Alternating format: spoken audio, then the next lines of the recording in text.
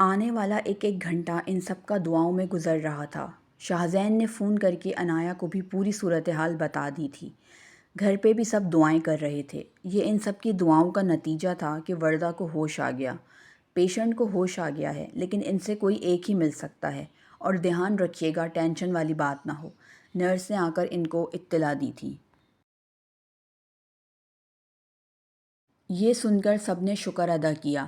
عشا بیٹا، پہلے تم جا کے مل لو۔ ان سب نے عشا کو ہی اندر بھیجا تھا، وہ اس کی ماں تھیں۔ جیسے ہی عشا ان سے مل کر واپس آئی، عباد صاحب فوراً ان سے ملنے گئے تھے۔ اپنی بہن کی حالت ان سے برداشت نہیں ہو رہی تھی۔ کیسی ہو؟ اور یہ کیا حالت بنا لی اپنی؟ کس بات کی اتنی ٹینشن لے لی؟ عباد صاحب نے ان کے ماتھے پہ ہاتھ رکھتے ہوئے کہا۔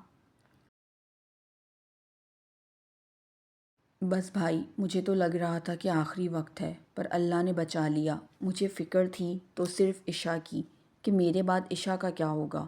بہت نازوں سے پلی ہے، میری جان بس اسی میں اٹکی رہتی ہے، وردہ نے دھیمے لہجے میں کہا۔ ان کو بات کرنے میں تھوڑی مشکل پیش آ رہی تھی۔ کوئی پریشانی والی بات نہیں ہے، اللہ تمہیں لمبی زندگی دے۔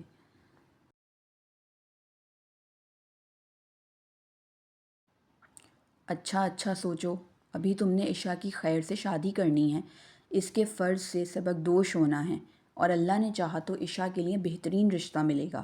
عباد نے مسکراتے ہوئے کہا۔ بھائی صاحب، اگر میں آپ سے کسی خواہش کا اظہار کروں تو پوری کریں گے؟ وردہ نے ان کی طرف دیکھ کر پوچھا۔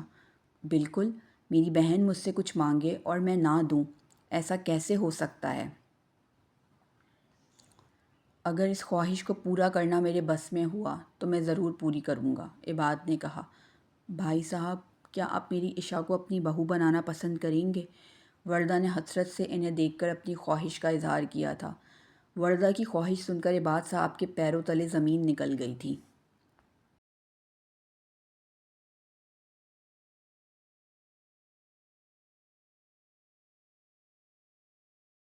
یہ وردہ نے ان سے کیسی خواہش کی تھی؟ وہ اپنے آپ کو حد سے زیادہ بے بس محسوس کر رہے تھے۔ ایک طرف ان کا اکلوتا لاڈلا فرما بردار بیٹا تھا، اور دوسری طرف ان کی چہیتی بہن۔ کیا ہوا بھائی صاحب؟ میں نے کوئی بہت مشکل خواہش کا اظہار کر دیا؟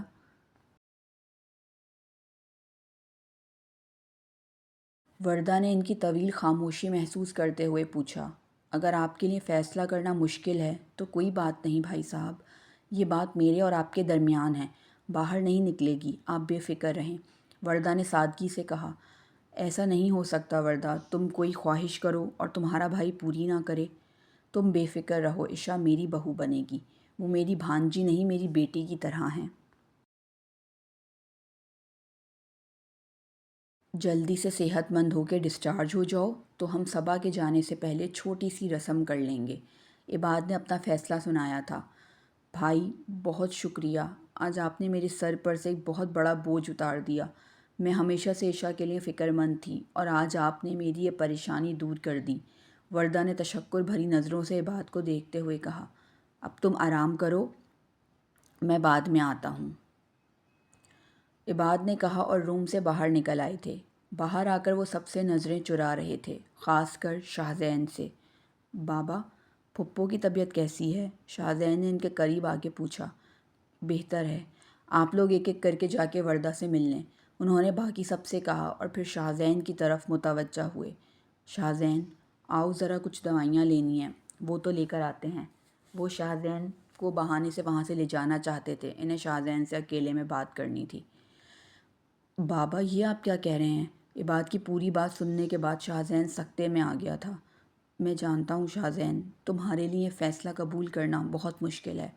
شاہزین، یقین مانو، بہت مجبوری میں یہ فیصلہ کیا ہے میں نے۔ وردہ کی آنکھوں میں ایک حسرت، ایک پریشانی، ایک ڈر دیکھا ہے۔ بچپن سے لے کر آج تک اس کی کوئی خواہش رد نہیں کی، اور اس نے بھی ہر مشکل میں میرا ساتھ دیا ہے، میں اسے چاہ کے بھی منع نہیں کر سکا۔ مجھے معاف کر دو شاہزین، اپنے باپ کو معاف کر دو، میں اچھا باپ نہیں بن سکا۔ عباد نے شاہزین کے آگے ہاتھ جوڑتے ہوئے کہا۔ پلیز بابا، یہ کیا کر رہے ہیں آپ؟ مجھے گناہگار مت کریں، آپ ورلڈ بیسٹ بابا ہیں، آپ نے کبھی میری خواہش کو رد نہیں کیا بابا۔ شاید میری قسمت میں یہی لکھا تھا، شاہزین نے ہارے ہوئے لہجے میں کہا۔ شاہزین کی بات سن کر عباد نے اسے خوشی میں گلے لگا لیا تھا۔ I am proud of you, تم نے آج اپنے بابا کی عزت رکھ لی۔ میں ابھی تمہاری ماں کو بتا کے آتا ہوں۔ دوسری طرف شاہزین کی حالت ایسی تھی جیسے اس کا سب کچھ لٹ چکا ہو، ساری کشتیاں جل چکی ہوں اور اس کے پاس کوئی اور راستہ نہ ہو۔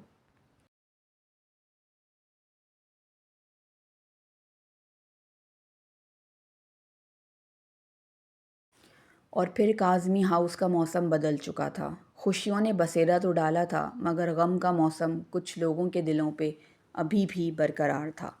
جب کوئی آپ کی دسترس سے بالکل قریب ہو اور وہ ایک دم آپ سے دور ہو جائے تو ایسا لگتا ہے کہ آپ کا قیمتی اثاثہ آپ سے چھن گیا ہے۔